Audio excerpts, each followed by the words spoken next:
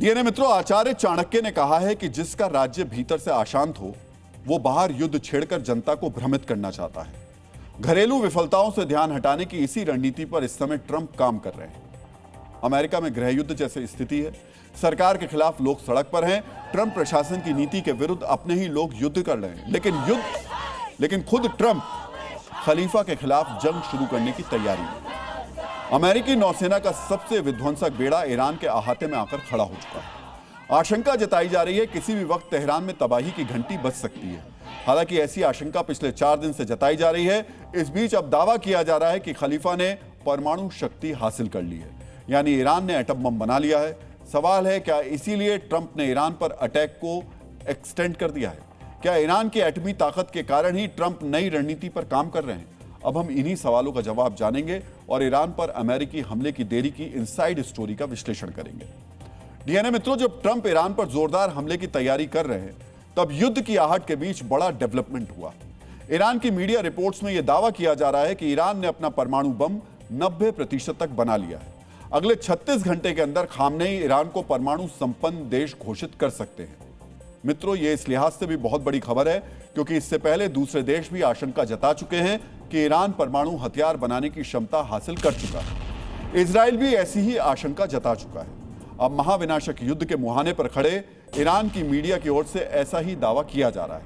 यह दावा इसलिए भी महत्वपूर्ण है क्योंकि ईरान के पास हथियार ग्रेड यूरेनियम बनाने की क्षमता है और ईरान के एटमी शक्ति को लेकर सबसे बड़ा संकेत यह है कि सारी तैयारी होने के बावजूद ट्रंप ने ईरान पर स्ट्राइक में देरी कर दी। डीएनए मित्रों, ईरान के पास पहले से ही ऐसी मिसाइलें हैं जो 10 से 20 किलोटन तक परमाणु बम ले जाने में सक्षम। उसके पास सिर्फ एटम बम नहीं था। हम आपको ईरान की कुछ ऐसी मिसाइल्स के नाम बताना चाहेंगे जिससे वो अपने दुश्मन पर एटमी अटैक कर सकता है। ईरान के पास शहाब 3 नाम की मिसाइल है जिसकी रेंज 2000 किलोमीटर तक है और ये एटम बम ले जाने में सक्षम है। ईरान के पास खैबर शेखन हाइपरसोनिक मिसाइल है जिसकी रेंज 2000 किलोमीटर है। सेजिल नाम की मीडियम रेंज बैलिस्टिक मिसाइल भी ईरान के पास है जिसकी रेंज 2000 किलोमीटर के करीब है। इसके अलावा फतेह 2 हाइपरसोनिक मिसाइल भी ईरान के पास है जो एटम बम ले जाने में सक्षम है, लेकिन उसकी रेंज 1400 से 1500 किलोमीटर तक ही है। ईरान पर अगर आफत आई, अगर अमेरिका ने सीधे हमला किया तो संभव है कि ईरान अपनी इन मिसाइल्स के जरिए एटम बम का प्रयोग कर सकता है, क्योंकि जब बात अस्तित्व पर आएगी तो खलीफा कोई भी फैसला ले सकता है। मित्रों, ईरान के पास ऐसी कोई भी मिसाइल नहीं है जो सीधे अमेरिका को टारगेट कर सके, इसलिए वो अमेरिका के सहयोगी देश या फिर मिडिल ईस्ट में मौजूद अमेरिकी सैन्य बेस को ठिकाना बना सकता है।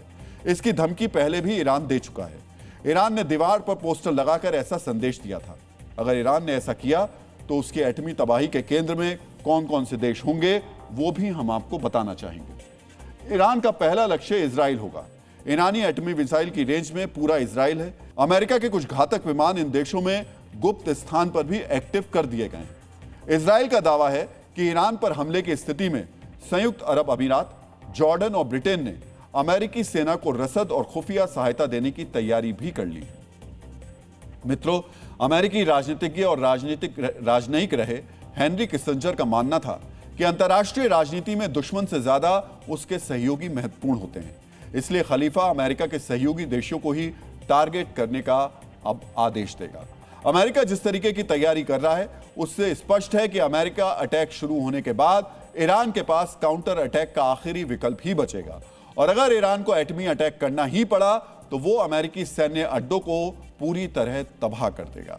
कतर का अल उदैद एयरबेस, जहां पर 10,000 से ज्यादा अमेरिकी सैनिक मौजूद हैं, वहां ईरान एटमी अटैक कर सकता है।